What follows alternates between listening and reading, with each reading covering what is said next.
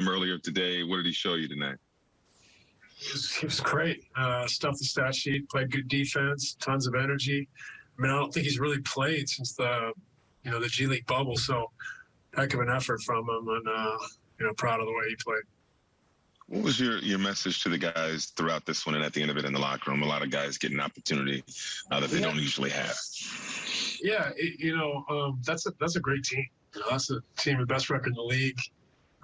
We went out there severely undermanned, and most importantly, they stuck together, played hard.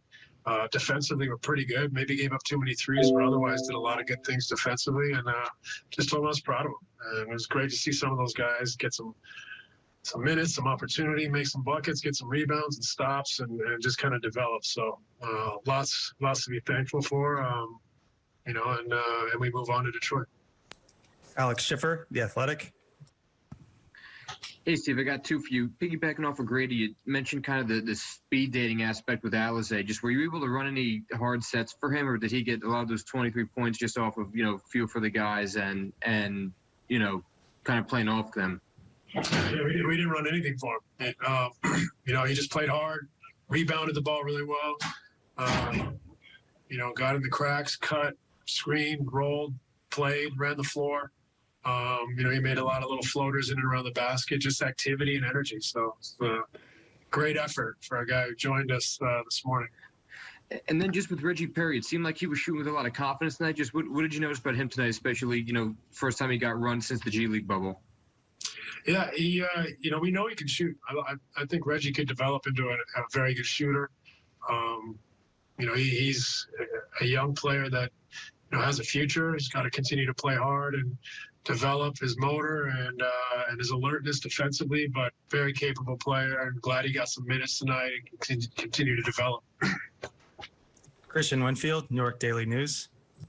Hey, Coach, Nick hit a three tonight, and for him, I think that's been a process because he had that shoulder thing that he had going on, and he said at one point earlier this season that he kind of had to reteach himself how to shoot in some ways. Did you see that type of work that he put in, and just what does it mean for him to be able to hit a shot after everything he had to go through with his shoulder? Yeah, well, it's when it's tough a night like tonight when we're undermanned, you want to see all these guys have moments of success and gain confidence. So it's great to see him knock down a three. He's gone through a lot, trying to get his body right to be able to play in this league. So, we're thrilled with his progress, and it was nice to see him make one tonight. Brian Lewis, New York Post. Hey, Steve, I'm not sure how much more you could know now than you did before the game, but, with regard to James and Blake, are you expecting them to be able to go in Detroit? And Landry, is he even going to meet you there and test it out, or are you not clear even on that? I'm not sure about Landry. Blake will play in Detroit. James, I hope, can play. He's pretty banged up. We'll probably have to see how it goes, how he feels tomorrow, and then how he feels on Friday. But we hope he can play, but that's not a guarantee. So, but Blake should be able to play. And I'm not sure about Landry. I haven't had the latest update, like I said before the game, and I haven't found out yet. So we'll see how it goes. But I wouldn't expect Landry to join us, but it's not out of the question. Malika Andrews, ESPN. Steve, on a game like this, how much do you actually take from it that you want to have the guys look over again? How much you're like, we're just going to move past this one and move on to the next? What's the balance? Yeah, we don't take anything from this. You're missing your three top players. You're missing Blake. Once the game got away early, we kind of, were able to rest some of our other rotation guys. So we don't take anything from this game except the opportunity for young guys to develop and play and get an opportunity. So we'll move on to Detroit and hopefully have some guys back to play. Thanks for your time, Coach. We appreciate it. Thanks. Good night, guys.